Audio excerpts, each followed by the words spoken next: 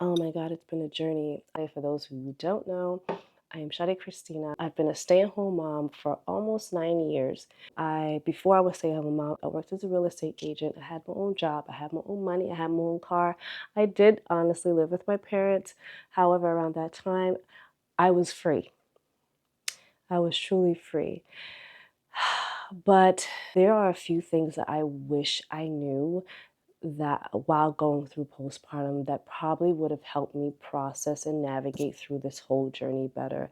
Maybe a little bit less emotional, or maybe a little bit less anger, a little bit less resentment, a little bit less self-hatred, insecurity. And I did not honestly realize how much it does take and how much self-work that you do have to work on in order to feel secure within yourself as a stay-at-home mom, as a mother, period. So I have three children. My oldest is 9, my second is 6 years old, and my youngest is 3. So I've pretty much had them back to back, and it's so crazy because I read that postpartum lasts for at least 7 years. So, and every time you do have a child, that number resets back to 0, which I didn't realize. I thought I was maybe 2 years in and I'm good. I'll get my body back. I'll get my mental health back. I'll get my life back, which is not the case. It is the complete opposite. I transitioned from having a complete career woman to now a stay-at-home mom. And that transition alone broke me. It didn't break me right away. It broke me little by little, baby after baby, until my body realized, like, hey, bitch, we can't do this shit no fucking more. We're about to crash. And that's exactly what happened. I lost myself. I started feeling extremely lonely and useless. Especially, I feel like sometimes, I don't know if you guys ever went through this as a stay-at-home mom, but I mean, I know there's women out here that feel very content of being a stay-at-home mom. I don't. I like to do my own thing. I like to go my own places.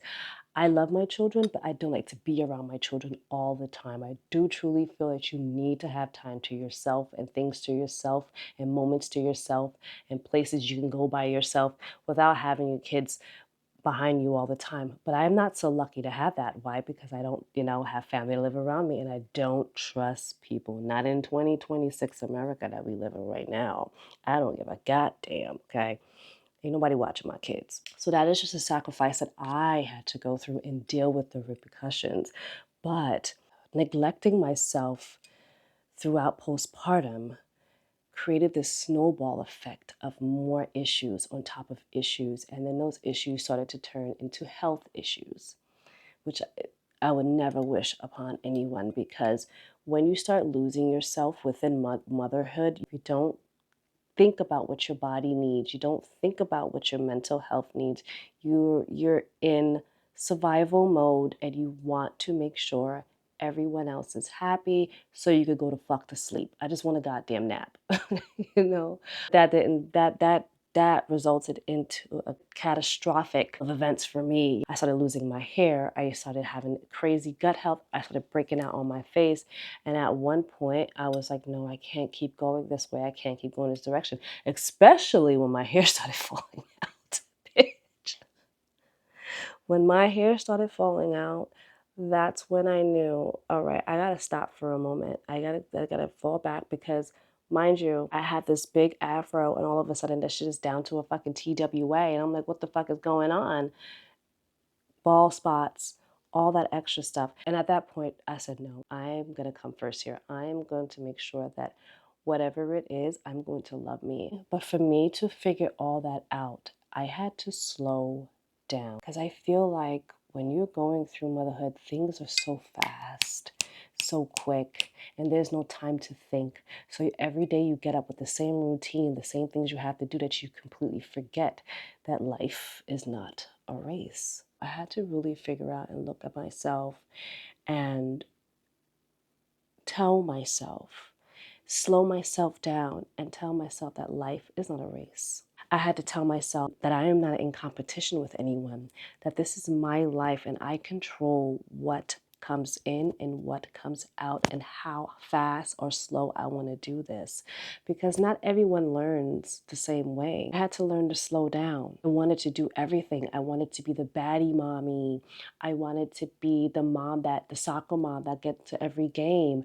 I wanted to be the wife that cooks, make sure my husband and children have enough meals throughout the whole goddamn week. Not only that, I wanted to catch up on my goals, which that set me down low, because how okay, at that time when my children are young and they still need me, they still depend on me for every little thing, so I had to really slow down and realize that my life is not a race. I'm going to go at my pace, on my time, and do things how I want to do it. Not only that, slowing down calms your nervous system. When you're just so, what is the word, hyper all the time, you really cannot sit down and think about what you need to do. Then everyone else feels your energy. Then everything is just off after that. And when I mean life is not a race, it also means never compare yourself to anyone. Never compare yourself to any other mom influencers, any other mom that's out there that's like killing the game. You don't know what they got. You don't know how many babysitters they got. You don't know how much money they got. believe, believe it or not, the money solves all the damn problems. Hire a damn babysitter, But the first thing is to realize that this is your life, and your life is completely separated from everyone else's. And I'm not saying I slowed it down every day. Most days I am going through this crazy rat race of getting lunch ready, getting laundry done, make sure dinner is done, make sure I go to the grocery store. Oh my God, did I pay this bill? Oh my God, did I make this appointment? I missed my appointment. Like, it's always something, yes. But that moment when you realize there's too much shit going on, that's when you breathe, like, let me slow the fuck down for a minute, because I don't like the way I'm feeling. And that's when I had to learn to live in the moments. Those first 5 to 6 years in your child's life is the most crucial time of their life. Those 5 to 6 years will determine how they're going to treat you for the rest of their life. How are they going to look at you for the rest of their life? And I think it's very important how we show up around that time. But we can't show up fully loving them the way they're supposed to if we don't love ourselves the way we're supposed to. So that made me understand and realize that this all of this is temporary. It's not going to last forever. I promise you, nothing is forever, right? Nothing is forever. And I'm not saying you need to give up your life for your kids, completely drop everything and do everything for your children. But I am saying that all of it is temporary. That the potty training that is so frustrating, the peeing every 5 minutes, that's temporary. The co-sleeping, which is a very controversial topic that I'm very passionate about, that it's okay to co-sleep with your children. They're not going to be babies forever, all right? They don't need to be in a separate room. All that is temporary. They're not going to be under you for the rest of your life. Trust me.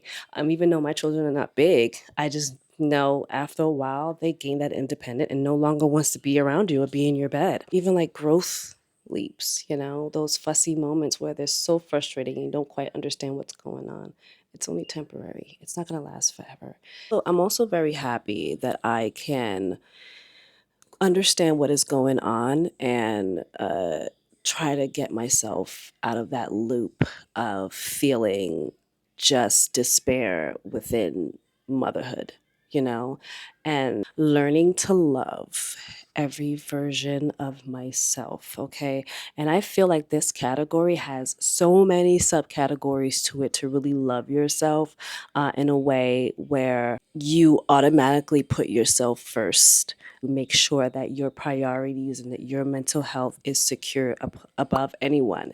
And of course, this does not necessarily have to be neglecting your family. This could go from self-care to spiritual practices. It could be to creating a rhythm and balance, limiting comparison. That is the killer. Limiting comparison, comparing yourself to other women, and regarding looks and how, motherhood, their home, whatever, is literally the self-esteem killer. It's down to like even letting go unhealthy relationships. Relationship that no longer serves you, relationships that is not good for your mental health. Then yeah, loving yourself looks like that too. To close out, because I'm gonna go. This did not take a year. This not even it didn't even take 3 years. I am 8 years postpartum, 9 years postpartum. It resetted when I had my last. She is 3 now. I have 4 more years to go within my postpartum journey. Even though it took a long time, I learned that loving myself through every version, every horrible, low down, bottom of the barrel moments, I still had to get up and give myself grace. And also the understanding that I'm still currently building that woman that I always wanted to be. Thank you for watching. I'm Shade Christina. I'll talk to you guys soon.